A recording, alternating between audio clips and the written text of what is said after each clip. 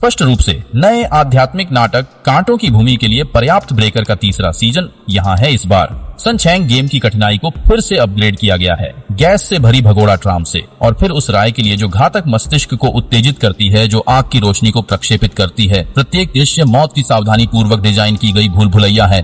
यदि आप सावधान नहीं हैं, तो आप सीधे महान पश्चिमी स्वर्ग में जाएंगे और जीवित रहने का एकमात्र तरीका सभी खेलों को हराना है। यहाँ न केवल गेम के ब्रेकर के बीच मानवीय कमजोरियों को देखा जा सकता है, साथ ही यह इंटेलिजेंस और एक्सपीरियंस के मामले में भी डबल अटैक देता है। गपशप यह नहीं कहा जाना चाहिए कि हमारी फीचर फिल्म दूसरे सीजन के कथानक के अंत के तुरंत बाद कहानी शुरू करती है। विशेष रूप से वह और युजुमू वास्तविक दुनिया में लौट आए और कांटों की भूमि में चांग गेंग को तोड़ने के बाद शादी कर ली। लेकिन नोंग एयर नाम के एक आफ्टर लाइफ शोधकर्ता बर्फ के इतिहास के अध्ययन के प्रति बेहद जुनूनी थे। वह उन दोनों में बहुत दिलचस्पी लेने लगा जो मृतकों में से वापस आए थे। इसलिए वह युजुमू को फिर से कांटों की भूमि में ले गया, एक रहस्यमय दुनिया जिसमें केवल बर्फ के इतिहास के लोग ही प्रवेश कर सकते हैं, और कुछ हारने वालों को सीधे नरक में भेज दिया जाएगा। इसके विपरीत खेल स्पष्ट रूप से मानव दुनिया में फिर से लौटने का अवसर है। विशेष रूप से अपने प्रिय युजुमू को बचाने के लिए उसने बिना किसी हिचकिचाहट के फिर से कांटों की भूमि में कदम रखा, और यहाँ वह अपने पहले उत्तरजीविता खेल की शुरुआत करने में सक्षम था। इस बार 6 अन्य खिलाड़ी थे और इस बार वे एक बहुत ही सरल खेल खेलने जा रहे थे। प्रत्येक व्यक्ति को 7 ताश बांटे जाएंगे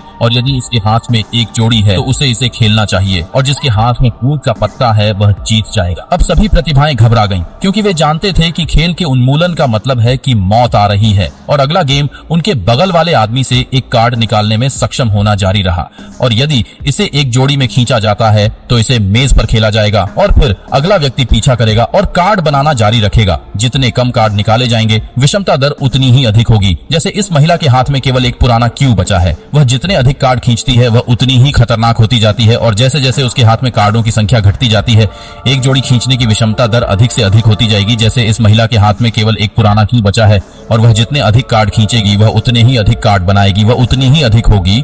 एक जोड़ी खींचने की संभावना जितनी अधिक होगी, संभावना उतनी ही अधिक होगी। ये आदमी इतना डर गया था कि वह रोने लगा, क्योंकि उसके हाथ में एक भूत कार्ड था, और एक बार जब वह 2 चीजों के बीच एक विकल्प बन गया तो वह निश्चित रूप से मर जाएगा। अब समूह में केवल 3 खिलाड़ी बचे हैं और दूसरे खिलाड़ी के हाथ में एक भूत कार्ड भी है, इसलिए उसने लापरवाही से पुराने क्यू की एक जोड़ी चुनी और यह खत्म हो गया है। यह खेल साफ और साफ सुथरा है, और केवल एक चीज जो अंत तक जीवित रह सकती है वह न केवल भाग्य है बल्कि सुपर पागल मनोवैज्ञानिक सहन शक्ति भी है। अब दूसरे हाथ में केवल 2 पग बचे हैं और प्रतिद्वंद्वी के हाथ में केवल एक पुराना ए है, जो कि 1% संभावना है कि सनशैन या तो मर जाएगा या मैं मर जाऊंगा।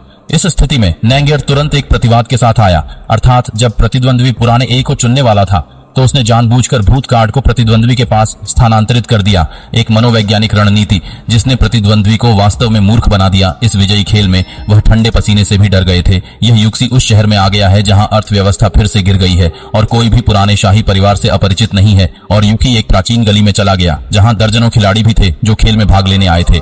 सहायक साथी जो खिलाड़ी चुनौती देने के लिए बाहर आते हैं वे तब मर जाएंगे जब वे सुनेंगे कि खेल विफल हो गया है, और सबसे पहले वे वास्तव में विश्वास नहीं करते हैं कि यह सिर्फ एक बहुत ही दिलचस्प खेल है।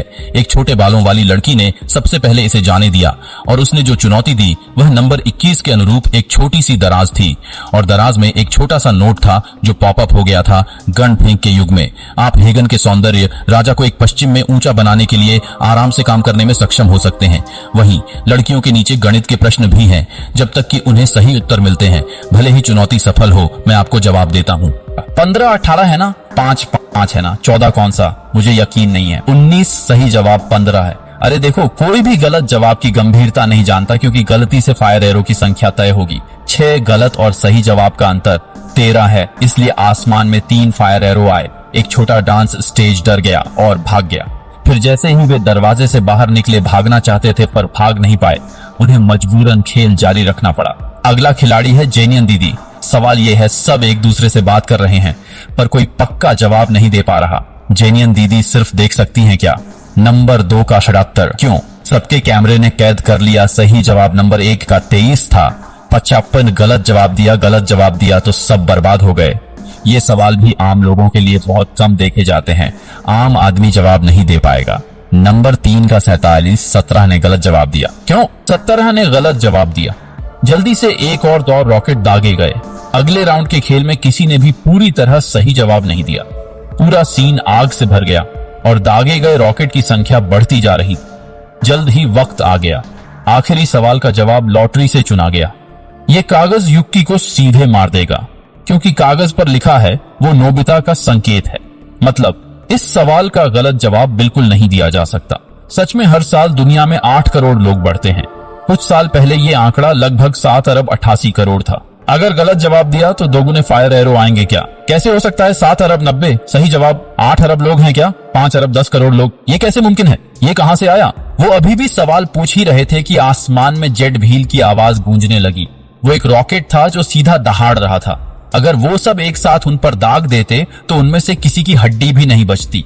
इस अहम पल में युक्की ने सामने मेज पर लगे क्लस्टर मैप के बारे में सोचा।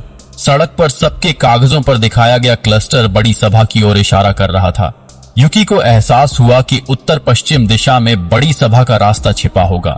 थोड़ी खोज के बाद युकी को शेनजेन का एक पत्थर मिला। फिर सब लोग नदी में उस शेनजेन के पत्थर को खोलने दौड़े और फिर एक रॉकेट गिरने से पहले सब लोग भूमिगत सुरंग में घुस गए। पूरी पुरानी गली पल भर में आग के समंदर में तब्दील हो गई। युकी भी